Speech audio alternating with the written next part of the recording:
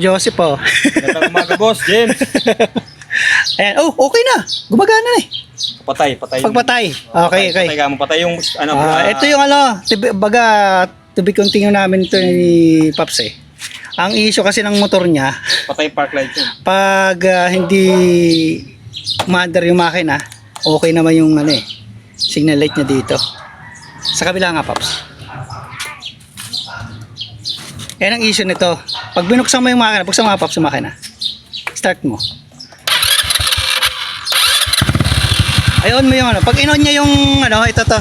Kapag in-on niya to, nawawala yun. Yan. Yan, di ba? Signal mo, wala na. Sige, signal mo. Pero ito yung extrang additional signal light niya. Okay. Ito okay. Sa kabila pa. Pero yung stock na signal light, wala talaga totally. Actually, na-troubleshoot na namin to. Part 2 na namin to eh. So, sige, patay muna. So, wala na kaming choice kundi magpalit talaga ng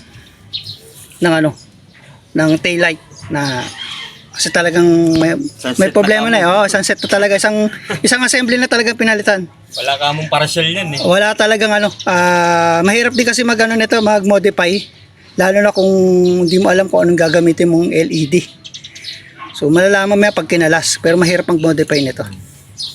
Okay, hirap din kalasin to, kaya mas maganda pa rin bimili lang kayo ng bago. Oh, ayan ang issue niya. Kaya wala na kaming choice kundi magpalit ng bagong assembly. So lahat ginawa namin ng troubleshoot to. Yung una namin ginawa talagang lahat wiring, okay naman yung wiring, walang problema. Doon na mismo sa module nito ang problema. Kaya ito wawiring niya namin. Pakita ko sa inyo kung paano. Ito bago namin ikabit, para ipakita ko rin sa inyo na ito yung replacement. Ito may nabili niya kasi may damage na yun dito sa tornilyo. Pero ito yung replacement. Ito yung stock niya, yung dati niya nakakabit. Papakita ko sa inyo kung ano yung diferensya ng dalawa. Sige Paps, i-on mo. Kita kaya sa video. Park light mo muna, park light. Naka-park light yun. Ayan nagana yung niya, park light niya. Sa kabila, ito yung dati. Wala. No, preno nga Paps. Yan, para makita nyo. Nakapreno yan? Yan, gumagana yan. Dito sa kabila, wala. Yan, ayan. Ito yung goods. Yan. Tapos yung signal light naman. Gumagana yung signal light nyo. Ito kabila, wala. Sa kabila naman, kabila.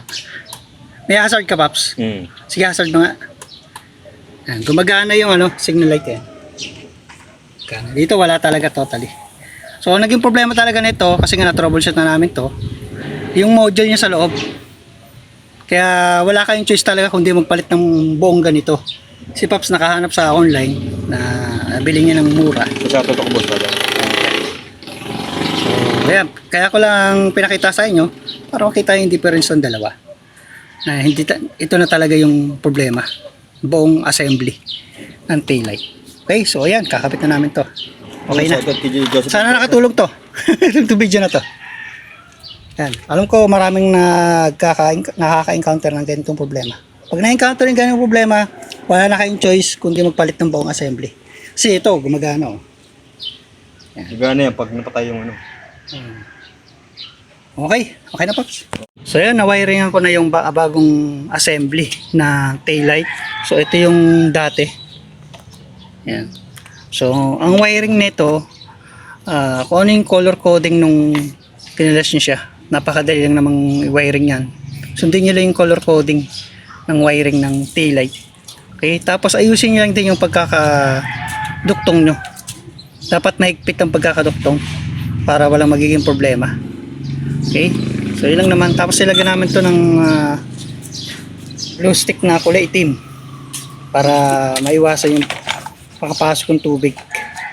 Kasi ang kalaban kasi ng mga LED lights, pag pinasok ng tubig or moist, doon na sisira yung module. Kaya mapapansin minsan pag malamig ang panahon tapos iinit, nagkakaroon siya ng moist dito sa loob. So ang technique dyan, magbubutas kayo dito sa ano. May singawan naman yan eh. Ito, yung singawan. Pag wala, butas lang kayo dito sa pinakailalim. Oh, yan, sa ilalim niyan. Butas lang kayo yan. Para doon lalabas yung init. Para maiwasan yung moist sa loob ng... So yan, nakabit na namin yung ano, Walang passes pala. assembly. Yan na. Yan. Perfect na yan. Ito yung ano ha. Ito yung sira na talaga. So bumili si Pops sa online. Online lang kayo mo online. So, GY6. yan. Kapag nagka-issue talaga kayo, ito na. Wala na talagang, ito na talaga yung pinakaparaan pa magpalit. Maliban na lang kung masipag kayo mag-DIY o mag-modify, pwede naman. Huwag nyo itatapon to. Pwede naman itong i-modify. Okay. Signal light ka nga, Pops. Yan. I-start mo. Sige, sa kabila. Okay. I-start mo nga, Pops. Agad. Ay, wala pala. Teka lang, wait lang. Hindi pala namin nakabit yung ano. Yung magneto, hindi yan mag-start. Wala pala. Naglinis pala kami ng ano. Wala rin sa isip niya. Naglinis pala kami ng ano, ng stator tsaka magneto. Kaya di namin mapasat. Yan. Okay na, ang importante na ayos na yung ano, yung tail light niya. Hindi siya makalayo eh, kasi bumabiyahe siya sa Joyride. Yan. So yan. 5,000 ang ticket niya ba? Oo, Biro. oo. Medyo may kamahalan din. So yan, at least makakalayo na si Pops. Ayan, natapos din namin yung ginawa namin sa motor ni Pops. Naglinis kami ng stator, magneto. Tapos yung taillight na issue. Ito. Okay na. Ayan. Dati hindi gumagana yan. Nakakan siya. Ito yung tinanggal namin. Naayaw na. So yan. Makakabiyahe na yung ulit si Pops. Bless, thank you. Makakalayo na siya. Kasi problema yan, signal light, hindi siya makalayo eh. Kaya, alagaan yung mga motor nyo. Huwag kayong maniniwala doon na kahit rusi yung motor nyo eh. Depende yan sa preventive maintenance sa gagawin nyo. No, kahit ano pang motor nyo, kung hindi kayo maalaga, talagang kakaproblema kayo sa motor. Yun lang, uwi na sa Pops. Bye!